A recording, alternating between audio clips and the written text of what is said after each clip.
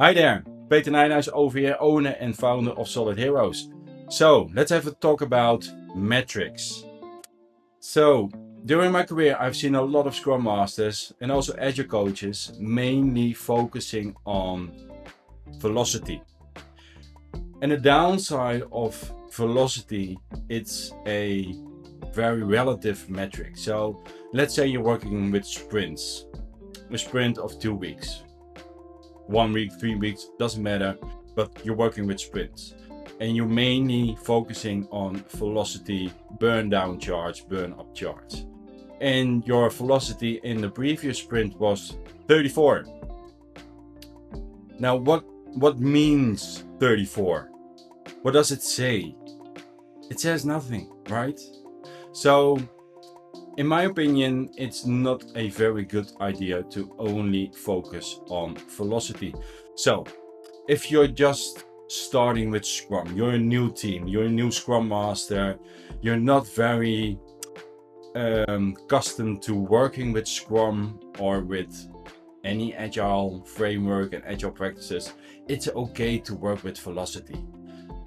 But when you're growing more in maturity, growing more in agile practices, growing more in DevOps practices, you shouldn't be only looking at velocity. So, like I said, velocity, that's a very relative metric. It doesn't say much. Velocity 34, it doesn't say anything. So it's far better to use more precise metrics. So here are a couple of metrics that you can use when you're working with Scrum or another agile framework like Scrumban or Kanban, doesn't matter, but here are some metrics you can use when you're working in software development. So first of all, use the DORA quick check. The DORA quick check consists of 4 metrics.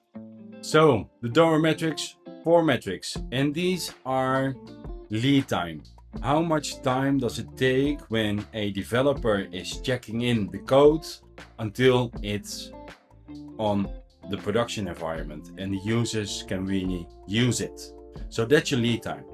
The other one is deployment frequency. How often do you deploy? Do you deploy once per sprint, once per month, once per 6 months, or can you deploy at any given moment on any day and you're doing multiple deployments on a single day? The third one is change fail percentage. So when you're going to deploy something to the production environment, that is a change. When you're doing a deployment to production, that is a change. So how often, when you're going to deploy something to production, how often does it fail? And this metric is very important if you want to know how stable your deployments are and the quality of your deployments. And the fourth one is time to restore. So let's say you have an incident. You deployed something to production environment, you released it, it's available to your users, to your customers, but there's an incident. How much time do you need to resolve that incident? Now these 4 DORA metrics, so your lead time, your deployment frequency, your change fail percentage, and your time to restore, these 4 metrics, they are very tangible, because a change fail percentage could be 30%. But now you know what this 30% means. So 30% means that 1 out of 3 deployments is failing.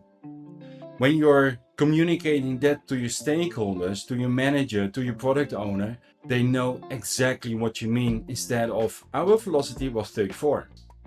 They have no idea what you're saying. Velocity 34, what does it mean? So these 4 metrics are way more tangible. Change fail percentage, 30%. Time to restore, 6 hours. Deployment frequency, 10 deployments per day. And so on, and so on, and so on. So these metrics are way more tangible and way better to understand.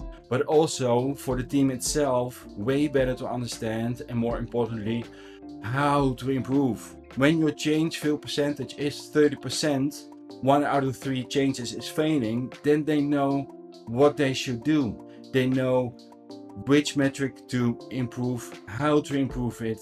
Let's say they want to decrease the 30% to 25%.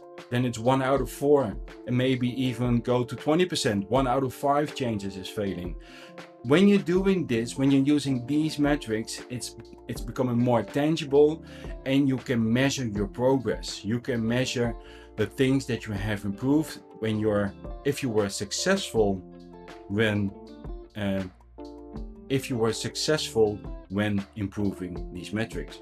So don't use velocity maybe in the beginning when you're new to Scrum, but when you're advancing into more agile practices and an agile maturity, step away from velocity and start using the DORA metrics. Okay, I hope this was valuable for you. If so, give it a thumbs up. Also, subscribe to my channel so you get a new notification out when there's a new video. And check the links below. So if you're interested in joining my Scrum Master Dojo on LinkedIn, there's a link below. If you're interested in joining my Scrum Master Dojo on Facebook, you're more than welcome. The link is below, and I will see you soon in the next video. Ciao, ciao.